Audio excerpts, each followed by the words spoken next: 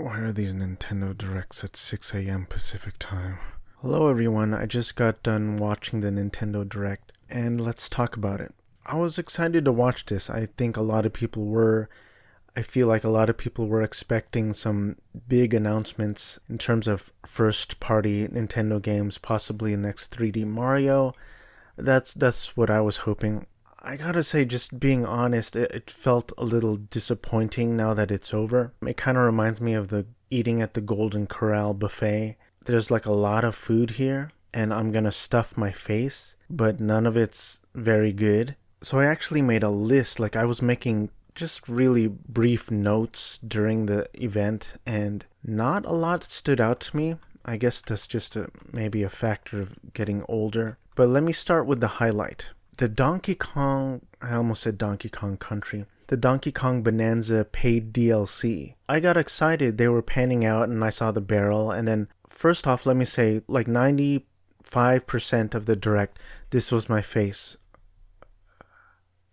This is why I don't do reaction videos. But when I saw that they were doing Donkey Kong Bananza DLC, my jaw like dropped a little because I was surprised. I was like, so what it looks like to be, it's DK Island. It looks like it's going to be a lot of different challenges, and as you run around and complete the challenges, you can build your skill tree up during a run, but after the run is over, your skill tree resets.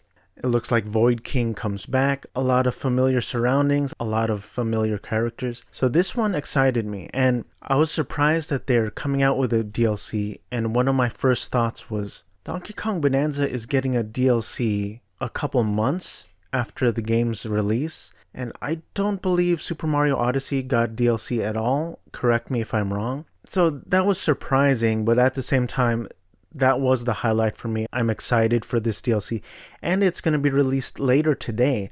We don't have to wait a couple months. We don't have to wait till the holidays, or we don't have to wait till 2026. It's going to be available later today, which is really exciting. And then let's go back to the beginning of the Direct for the Super Mario Bros. 40th anniversary. First off, I was kind of like shaking my head a little because Shigeru Miyamoto, which all the respect to him, of course, he's talking about like a Kyoto marathon, and I was like, I can barely afford Mario Kart World, so let alone a trip to Kyoto, but I'm sure people in Japan are excited for that.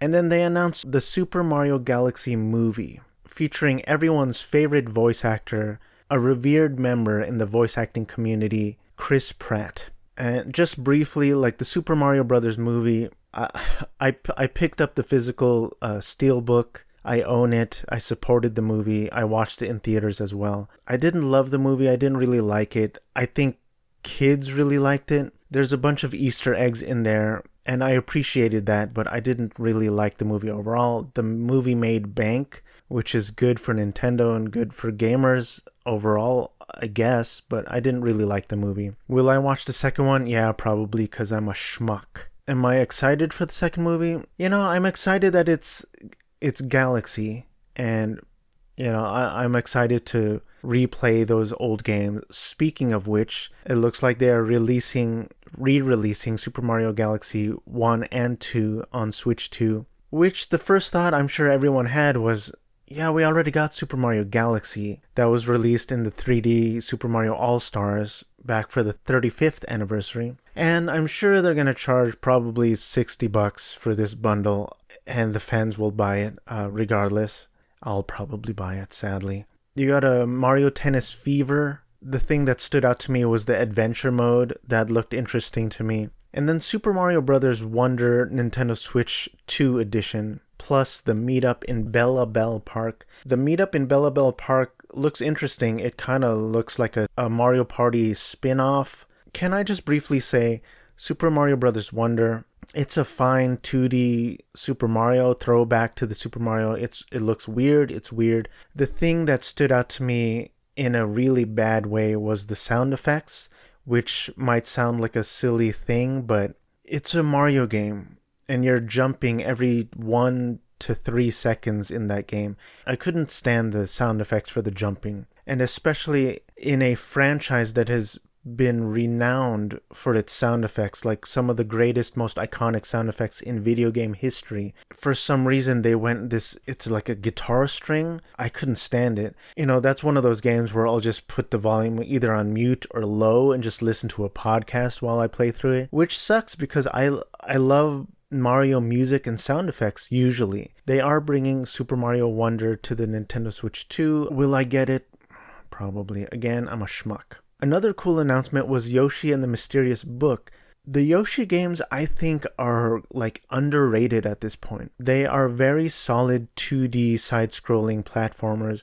They're all pretty solid. They're all really good, but they can't help but kind of pale in comparison to games like Donkey Kong Country or the Super Mario series. You know, I think they are geared towards a younger audience, towards kids, but they're always fun. I rarely whip them out and play them, but they're fun, like Woolly World, the 3DS version, Crafted World. I don't hear a lot of people talk about them, but they're fun games, and I'm looking forward to this one as well. Other than that, I'm looking through this list. Tomodachi Life, and I've seen a lot of comments of a lot of people looking forward to that. Mortal Kombat Legacy Collection. I am excited for Final Fantasy VII Remake Intergrade coming to Nintendo Switch 2. There's a release date, January 22, 2026, so we do have to wait till next year. I am hoping there's a physical version all on cart. I want to play it on Switch 2. If it's a key card, I probably won't get it, but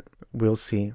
And other than that, I'm looking through this list and not a lot stood out to me, sadly. I hope everyone else got a little something that they wanted. They ended with Fire Emblem, which is really not my jam. I'm excited to see, you know, I'm not even a big Resident Evil fan, but I'm excited for them to bring the new Resident Evil to the Nintendo Switch 2. I think that's going to be a big thing, and fans are going to be really excited for that. That's all that I really wanted to talk about. I'm excited to replay the Galaxy games, and I'm really excited for the Donkey Kong Bananza DLC. Let me know what you think. I hope you got something out of it. I hope you got more out of it than I did. I was really hoping for a 3D Mario or something like that. Something in the works. A teaser, a trailer, an announcement. There's nothing. Again, we are 8 years after the fact, and there's no new 3D Mario. There's no sequel to Odyssey. It's strange to me, but Nintendo's gonna do what Nintendo's gonna do. Let me know what you think. Thank you for watching. If you like this video, hit like and subscribe if you want to, and if not, goodbye forever. Thanks for hanging out, and say hi to your pets for me.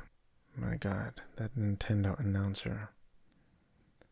I wonder how many sugar-free Red Bulls it would take for me to garner enough excitement to become an announcer for the Nintendo Direct YouTube. I'd probably have a heart attack, and I would welcome it.